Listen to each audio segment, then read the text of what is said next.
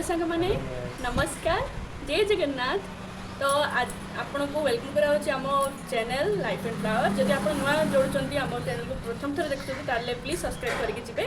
तो आज आम सेकेंड ब्लॉग आमर आज तो आम जाऊँ आज जगन्नाथ मंदिर जहाँ हैदराबाद अच्छी। तो आप प्लीज लास्ट टाइम वीडियो निश्चय देखते।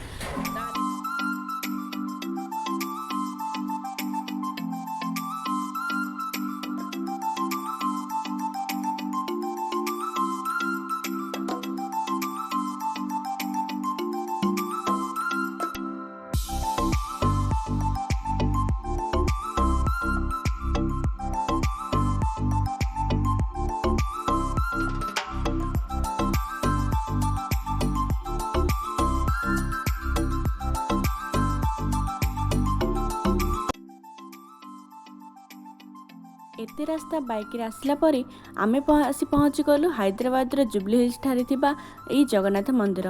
देखंतु केते सुंदर देखा जाउची।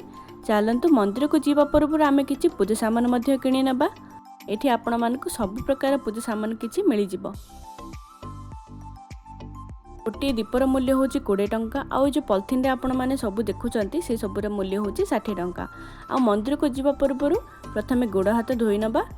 गोड़ धोई सारा पर चलतु मंदिर भीतर को जीवा। यही जो द्वार देखुं आपण मैंने ये द्वार हूँ सिंहद्वार। आई मंदिर रे 3टी द्वार अच्छी।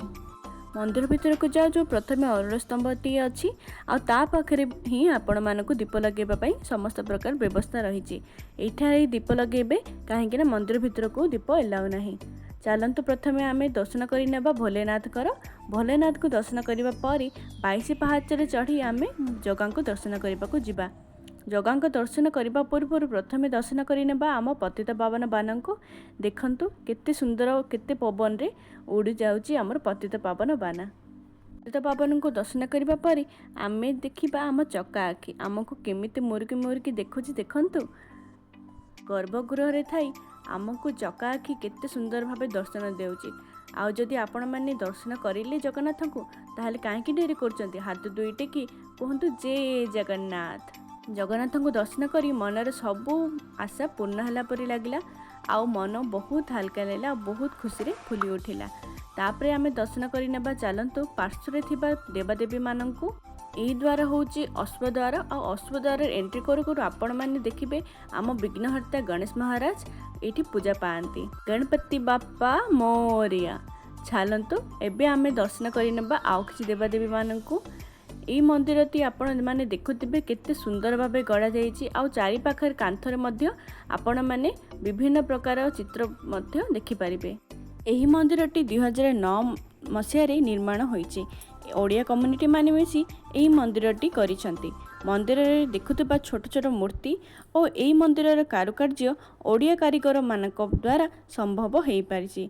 आउ आपण जानि रखंतु यही मंदिरटी बनैबा पई प्राय 600 टन पत्थर मध्य व्यवहार करा जाइछि।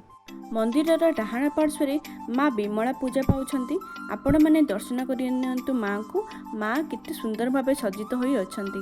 ये जो गेट देखुचंती यह मंदिर पछपट गेट। तो आपण एग्जिट हो पारिबे आउ एंट्री मध्य करि पारिबे। आउ ए जो पार्श्व देवदेवी मानकर मंदिर रे गोटे गोटे ओडिया पूजारी मध्य बसिछंती।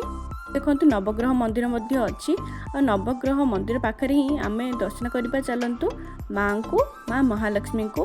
आ जगन्नाथ मंदिर रे महालक्ष्मी नथिबे तो केमिति ही पारिबो। माँ को दर्शन करबा परे आमे चलंतु जीवा आम बजरंगबाली को दर्शन करबा पई। मु जूम कर दउची आपण माने दर्शन करनियंतु आम बजरंगबाली को। एते पूरा मंदिर चारिपटे बुलाबुली पर आमको भारी जोर शोष लगी। और ये पानी पीबार मध्य व्यवस्था रही। आपण मैंने चाहिए जदि किसी भोग मध्य किनि पारिबे। आ सबुर मूल्य 60 बा 80 टंका अच्छी। मंदिर रे तो सब किछि दर्शन करि नेले आमे। चलंतु मंदिर बाहर भी 3टी रथ अच्छी से सब भी दर्शन करि नेबा। आ देखंतु आम बलभद्र सुभद्रा और जगन्नाथ ये 3टी छोट छोट रथ करा जायछि। आ एई वर्ष मध्य हैदराबाद रे रथ यात्रा अनुष्ठित होइथिला। आपण मानक केमिति लागला ये वीडियो ये ब्लॉग आपण मैंने निश्चय कमेंट करी कहिबे। आउ जदि हैदराबाद आसुचंती ताले जुबली हिल्स रे मंदिर अच्छी। आपण माने देखिले पूरा वीडियो रे बहुत शांति लाଗୁଛି। आ जगह दर्शन भी करें। आपण बहुत ओडिया लोक मैंने भी आपको ये ब्लॉग टी भल लगा ताले प्लीज सब्सक्राइब करेंगे, लाइक करेंगे, कमेंट कर जनइबे आपण मानक केमिति लागला ये ब्लॉग। ताले चलतु बाय जय जगन्नाथ जय जगन्नाथ।